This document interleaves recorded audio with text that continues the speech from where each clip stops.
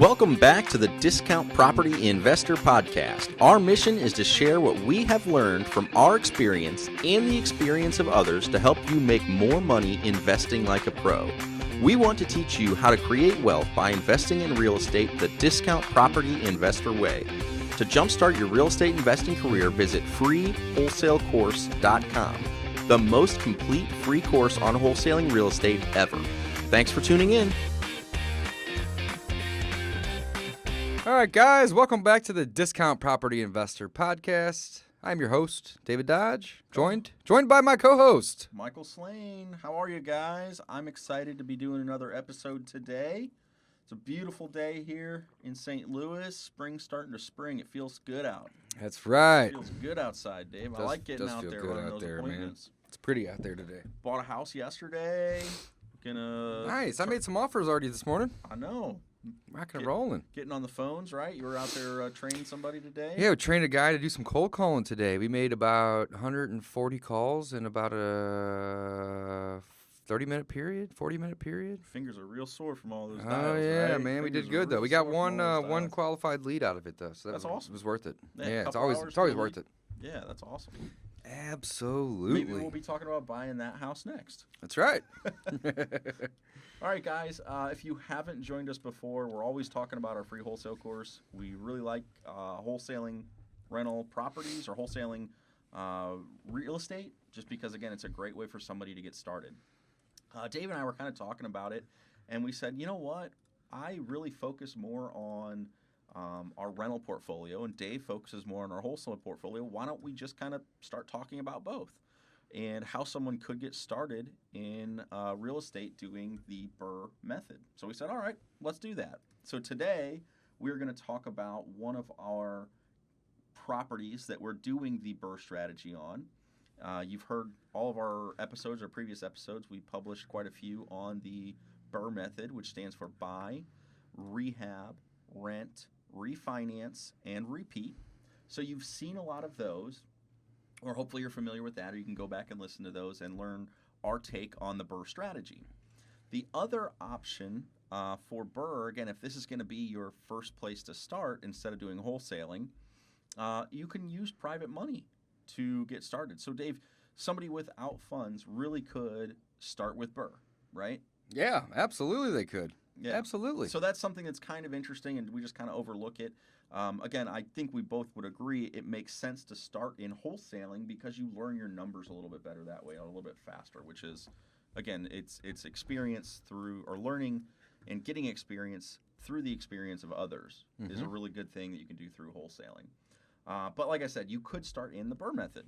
And again, I'm gonna focus on a little bit more of that. I think we're both going to kind of touch on some of those topics and how someone could do that successfully. So today we wanted to talk about one of our projects that is a little twist on the normal BRRRR method, just because it's kind of interesting. Mm-hmm. So Dave, do you remember how we found the Woodson lead? Do you remember this one? Yeah, I do. Nick. There you go. Yes. It was So a guys, referral lead from our own office. Exactly. And the reason I wanted Dave to bring that up, where I was going to look it up, but then I'm like, wait, I know this. I know the answer to this. I'm not trying to put you on the hot seat, man. I was just talking about it. I know so the this answer was a to referral, this. guys. This cost us $0. Now we pay our rent every month. We're in the office with a couple other companies, and we network. So again, this is basically a networking lead. Came in from somebody who knew we were looking for properties in this area. So Nick here in the office, he referred to us, said, hey, you guys interested in this house? We said, yeah, we'll take a look at it. We started working with Nick, who is an agent, and this was a listing of his, basically a pocket listing. And we went initially, and we said, yes, we'll do this. We put it under contract, and the property is interesting. It's unique. It's a 4-family property, so there's 4 units in one building, and then there's a single-family house on the same lot. So it's on the same piece of land. So one lot, 2 buildings, a single family and a 4-family. Exactly. So it's very unique. Again, you just don't come across that very often here in St. Louis. So we said, yeah, we're very interested. It's all rented out. We'll put it under contract. We put it under contract at a number that we thought made sense.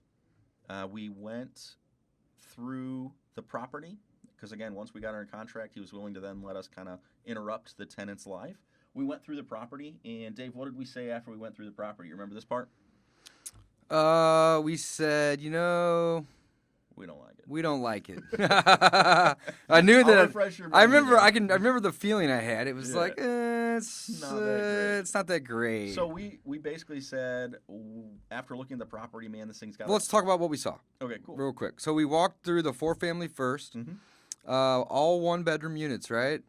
The 2 of them are 2 bedrooms on the bottom level. That's right. That's and right. The uppers are 1 or So two studio-ish. 2-bedrooms. Are you sure it's not 5 units over there? I'm positive. Okay, you would know. You would know, obviously.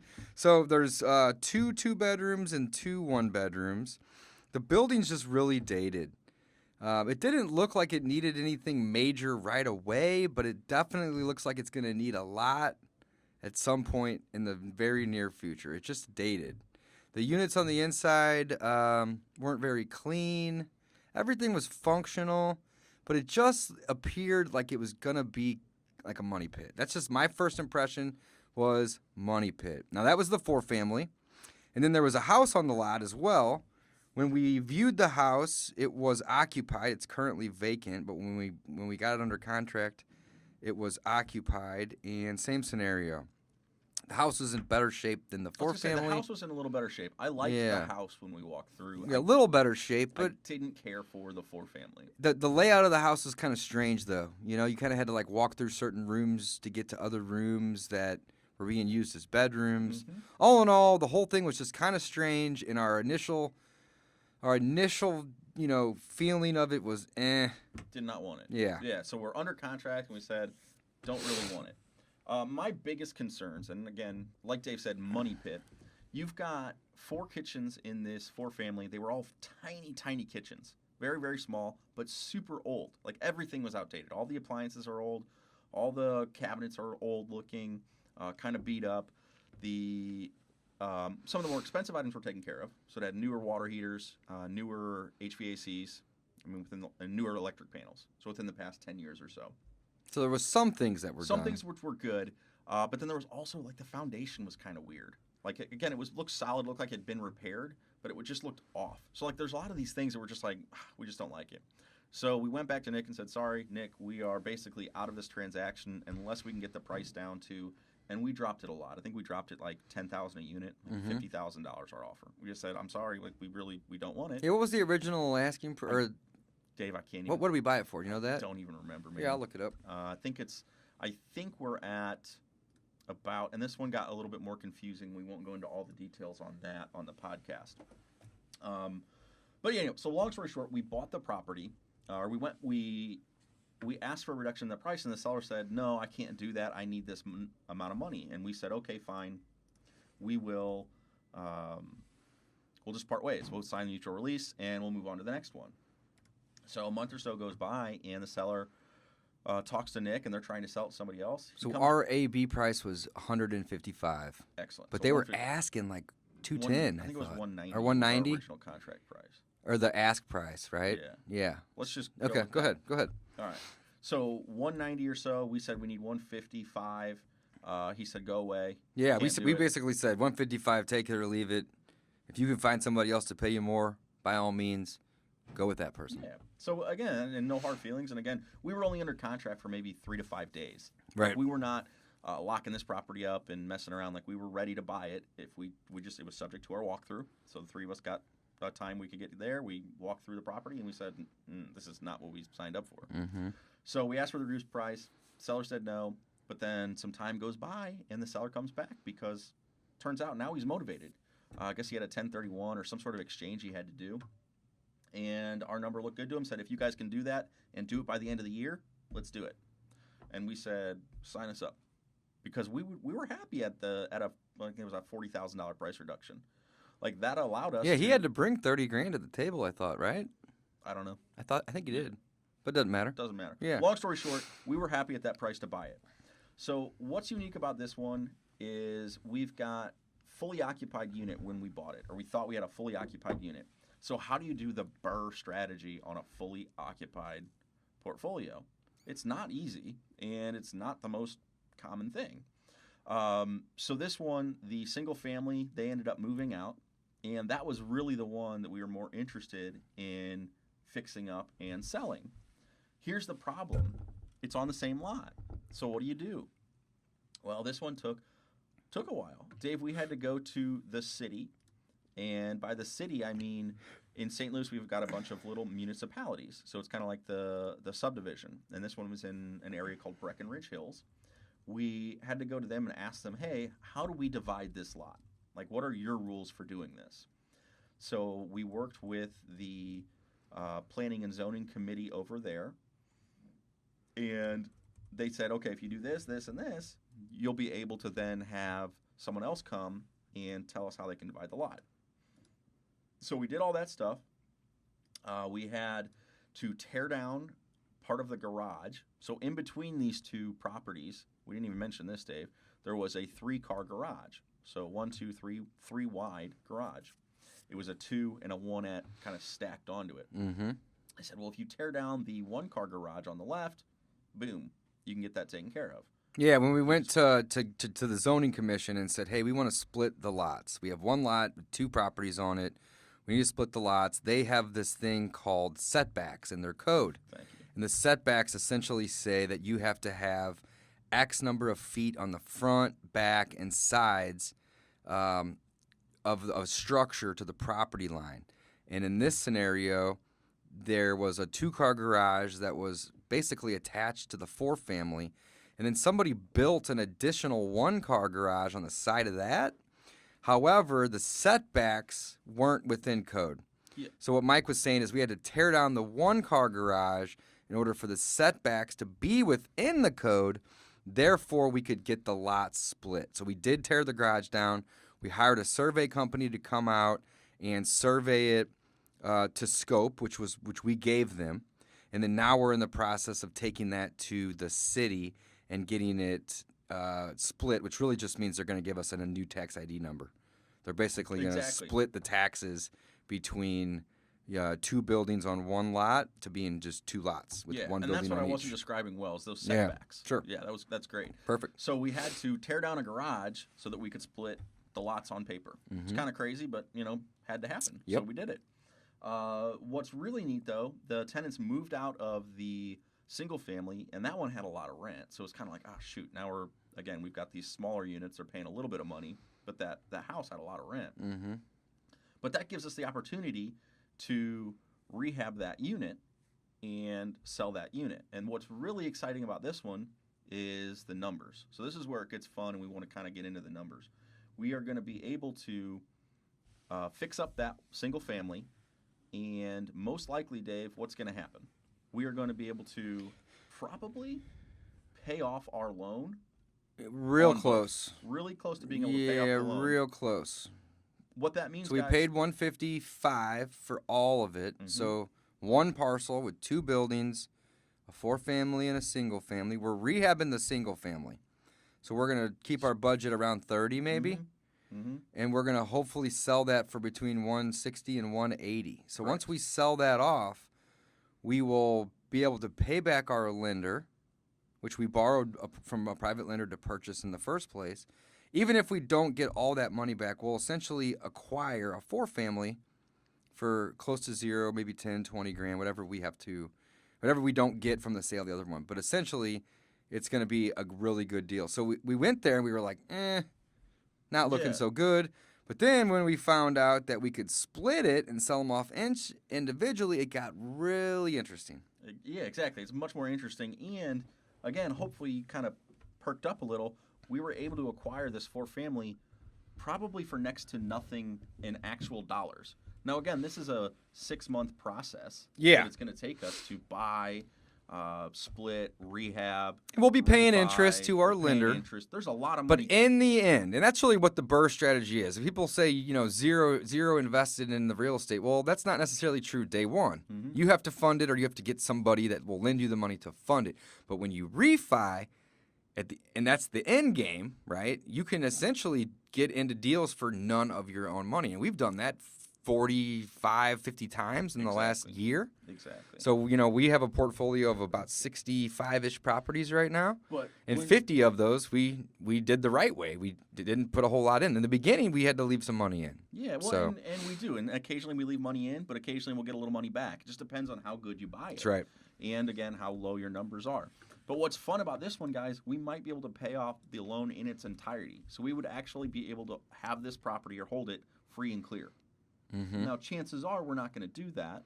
One of the things depends on what we sell it for, the single family. Right. Well, and chances are we're not going to do that because we prefer, at least I believe we do, equity stripping.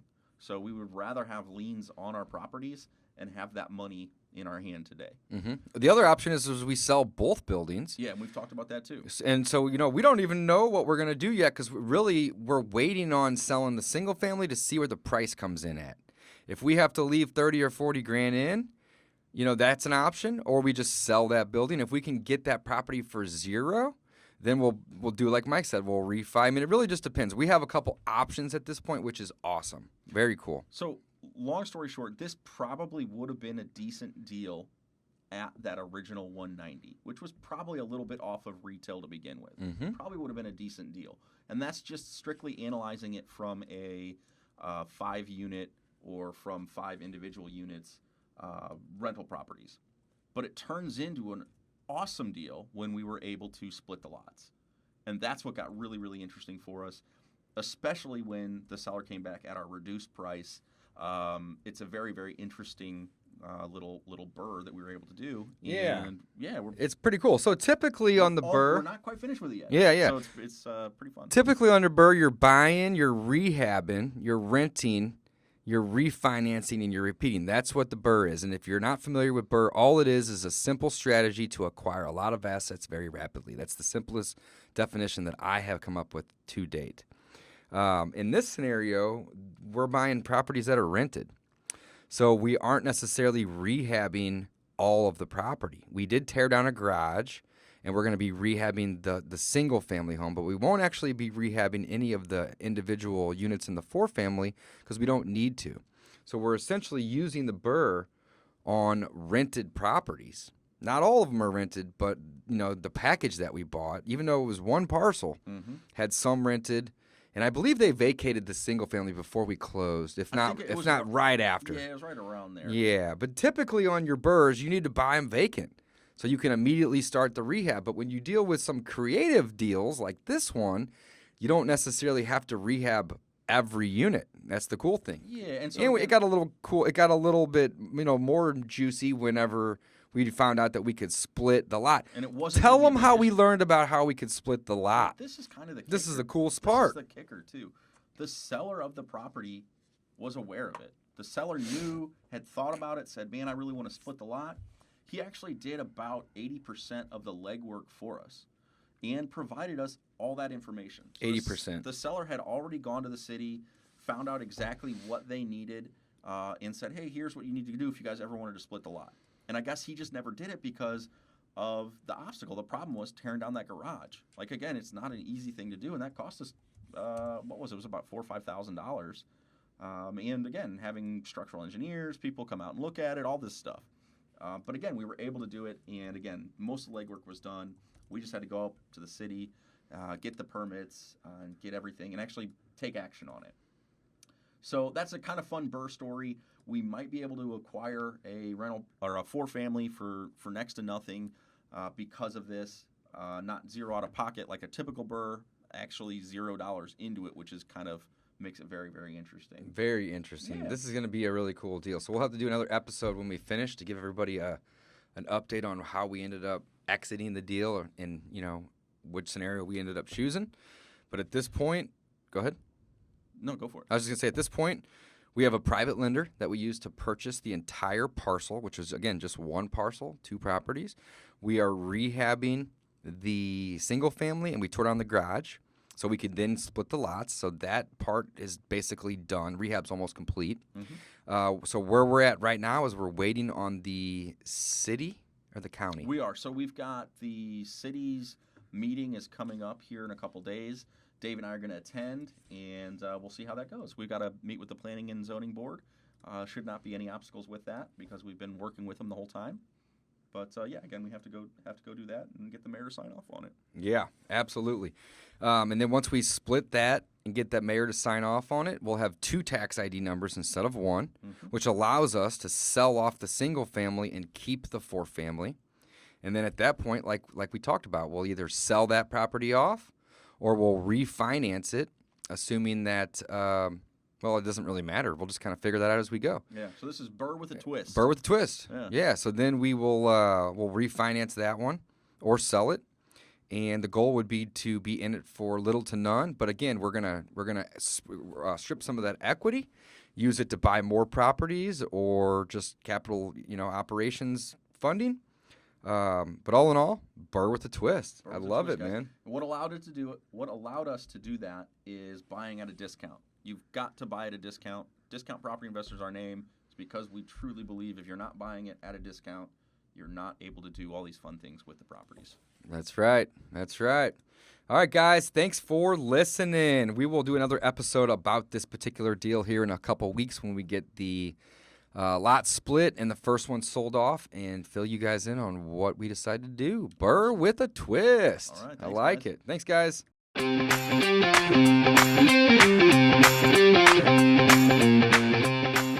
Thanks for listening to the Discount Property Investor Podcast. If you enjoyed this episode, please like, share, and subscribe to help us reach a wider audience. To jumpstart your real estate investing career, please visit freewholesalecourse.com, the most complete free course on wholesaling real estate ever. We would also appreciate it if you left us a review on iTunes or Stitcher. Thank you in advance for your support, and remember, you make your money when you buy, and you get paid when you sell. Now let's go build some wealth.